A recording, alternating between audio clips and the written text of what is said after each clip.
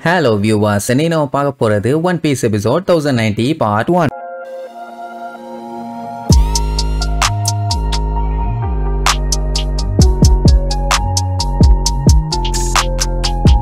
Open பண்ணா ஏதோ ஒரு இடத்த காட்டுறாங்க. அங்க பாத்தீங்கன்னா குழந்தைங்க எல்லாம் ஜாலியா விளையாண்டுட்டு இருக்காங்க. அதுவும் எப்படி சின்ன சைஸ்லயும் குழந்தைங்க, பெரிய சைஸ்லயும் குழந்தைங்க. இவங்களை எங்கேயோ பார்த்த ஞாபகம் இருக்குது இல்ல? எஸ், அதேதான். பங்கஹசார்ல இருந்தாங்களே அந்த குழந்தைங்க தான். அவங்களுக்கு ஏதோ ஒண்ணு குடுக்கறதுக்காக டஷிக்கு போயிட்டு இருக்கான். அந்த பங்கஹசார்ல காப்பாத்தினதுல இருந்து இப்ப வரைக்கும் அவ தான் நல்லபடியா பாத்துக்கிறா. அவங்க எல்லாத்துக்குமே ஏதோ மருந்து ஒண்ணு கொண்டு வந்திருக்கா போல. அதை குடிங்கன்னு சொன்ன உடனே உங்களுக்காண்டி நாங்க குடிக்கிறோம், இல்லன்னா வாய்ப்பே இல்லன்னு டேஸ்ட் கன்றாவியா இருந்தாலும் கண்ணை மூடிட்டு குடிப்பாங்க. இதை எதுக்காக குடிக்கிறாங்கன்னு கேட்டா அவங்க ஒரிஜினல் சைஸுக்கு வரணுங்கிறதுக்காக. அதுலயும் ஒரு பையன்லாம் நான் சீக்கிரமா வரணும்னு 2 டம்ளர் அடிப்பான். இந்த சைஸ்ல டெஃபினட்டா இவங்க வீட்டுக்கு இவங்கள கூட்டு போக முடியாது. போனா அவங்க வீட்டுல இருக்கவங்களே விரட்டி விட்டுருவாங்க. அதனால சீக்கிரமா சரி பண்ணி அதுக்கப்புறம் அவங்க வீட்டுல கொண்டு போய் விட போறாங்க. இதுதான் பிளான். இன்னும் எத்தனை பேர்த்த வச்சு பாத்துக்கிறது? இவங்களுக்குன்னு ஏகப்பட்ட கடமைகள் இருக்குல்ல. இந்த குழந்தைகளுக்கெல்லாம் மறுபடியும் நம்ம லூஃபி அவங்க டீமை பார்க்கணும்னு அவ்வளவு ஆசை. இவங்களுக்கு முன்னாடி என்ன ஆச்சுன்னு ஒரு சின்ன ரீகேப் மாதிரி காட்டுவாங்க. அதான் அந்த லூசு பைய சீசர் என்ன பண்ணிட்டான், கிடைக்கிற குழந்தைங்க எல்லாத்தையுமே கடத்திக்கிட்டு வந்து பங்கஹசார்ல வச்சு அவன் பாட்டுக்கு ரிசர்ச் பண்ண ஆரம்பிச்சிட்டான். அவனை சும்மா விட்டு இருந்தா கூட ஏதாச்சும் வெடிக்கிற பாம தான் ரெடி பண்ணிட்டு இருந்திருப்பான். இந்த வேலையை பண்ண வச்சது பூரா அந்த பிக் மாமு. அவன் இந்த குழந்தைங்க அவங்கிட்ட மாட்டிக்கிட்டு படாத பாடுபட்டாங்க. நல்ல வேலை அப்பந்தான் நம்மளோட என்ட்ரி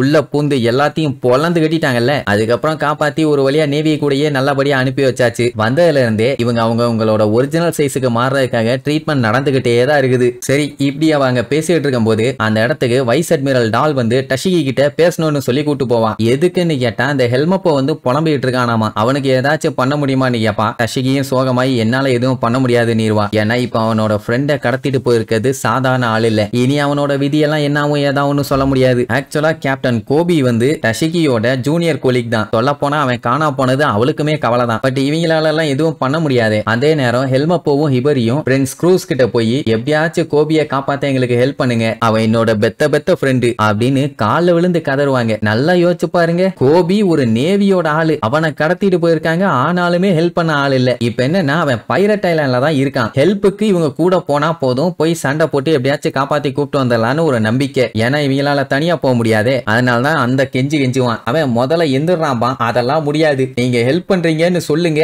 அப்பதான் நான் எந்திரிப்பேன்பான். முதல்ல எந்திரா விளக்கண்ண அப்படின்ட்டு அவன் ஒரு மேட்டரை சொல்லுவான். இப்போ கோபி இருக்கிறது பைரட் ஐலாண்ட்ல. அங்க போறது ஒண்ணு அவ்வளவு ஈஸி இல்ல. அது கடலோட எம்பையரான பிளாக் பியர்டோட இடம். அந்த ஐலாண்டுக்கு பக்கத்துல போகும்போதே வச்சு நசுக்கிடுவானுங்க. அங்க இருக்கவனுங்க பூரா ரத்தவரி புடிச்ச பைரட்ஸுங்க. தேனீச்சிங்க எப்படி கொட்டுன்னு கொட்டி படாத பாடுபடுத்தும், அதே மாதிரிதான் அவனுங்களும். அதனாலயே அந்த இடத்த பி ஹைவ்னே சொல்லுவாங்க. அவ்வளவு ஈஸியெல்லாம் அங்க போக முடியாது. என்ன ஒண்ணு அட கொய்யால, அது தெரிஞ்சதுனால தான் ஏன் உங்ககிட்ட ஹெல்ப்புக்கு வந்தோம், திருப்பி எங்ககிட்டயே சொல்லிட்டு இருக்க, ஹெல்ப் பண்ணியான்னு கேட்டவொடனே அவனுக்கு என்ன சொல்றதுனே தெரியல. ஹெல்மப்ப என்ன ஐடியா சொல்லுவான், அந்த ஐலாண்டு பக்கத்துல தான் எக்ஹெட் ஐலாண்ட் இருக்குது, அங்க போய் செரஃபிமோட போவோம், அப்ப நம்மளால கண்டிப்பா அவங்கள தோக்கடிக்க முடியும்பா. அந்த பிரின்ஸ் க்ரூஸ் பச்சையா திட்டுவான், உனக்கு என்ன மூளையில கெட்டு போச்சான்னு. அதெல்லாம் ரொம்ப ரிஸ்க், பேசாம புடலங்காமா. இப்ப இருக்க நிலைமைக்கு ட்ரேக்க கான்டாக்ட் பண்ற மாதிரி இருந்தா கூட ஏதாச்சும் பண்ணலாம். ஆனா அவனையுமே இப்ப கான்டாக்ட் பண்ண முடியல. அதனால இப்போதைக்கு எதுவுமே பண்ண முடியாதுன்னு உடனே ஹெல்மப்போ கதறி அழுவான், கோபின்னு. அப்படியே கட் பண்ணா அந்த எக்ஹெட் ஐலாண்ட காட்டுறாங்க. அந்த ஐலாண்டு கிட்ட தான் லூஃபியோட குரூப் இருக்குது. எல்லாரும் இல்ல,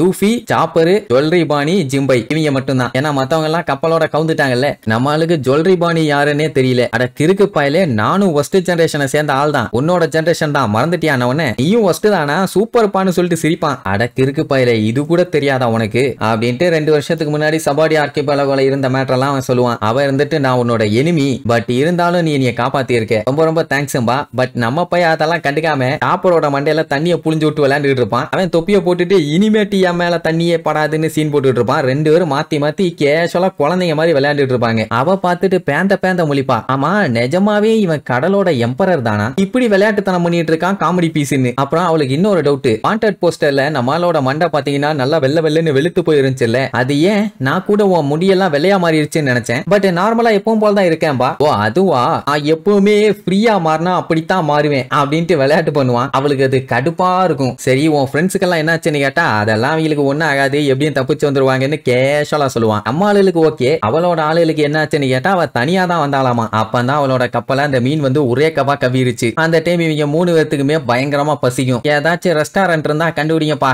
நல்லா ஒரு புடி பிடிக்கலாம் பானா. ஏண்டா கண்ணு முன்னு தெரியாம கண்ட இடத்துல வந்து நின்னுட்டு இருக்கோம், இங்க எப்பறம் ரெஸ்டாரண்ட் இருக்கும் லூசு பயல. இந்த ஐலாண்டு கவர்மெண்டோடது, பேரு எக் ஹெட் ஐலாண்டு. இங்க தான் டாக்டர் வேகாபங்கோட லேப் இருக்குது. இத சொன்ன உடனே இந்த பேரை நான் எங்கேயோ கேட்டிருக்கேன்னு ஷாக் ஆவான். ஜுவல்லரியும் பாணியும் பாத்தீங்கன்னா எனக்கும் அவங்கிட்ட ஒரு சின்ன வேலை இருக்குதுன்னு வில்லத்தனமா சொல்லுவா. அப்படியே கட் பண்ணா இங்க நம்மளுக்கு பாத்தீங்கன்னா கப்பலோட வெளியில வந்துட்டாங்க.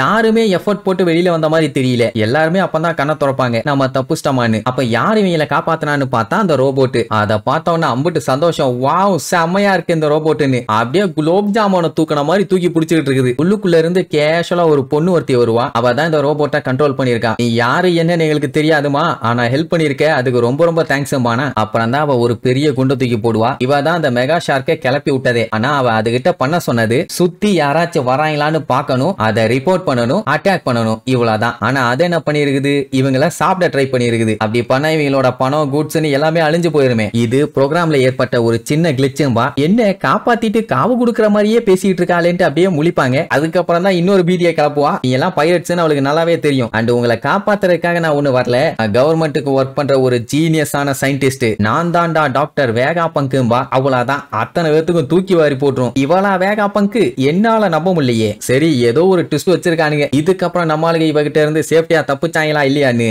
அடுத்தடுத்த எபிசோட்ல பார்க்கலாம். டாடா. Yeah!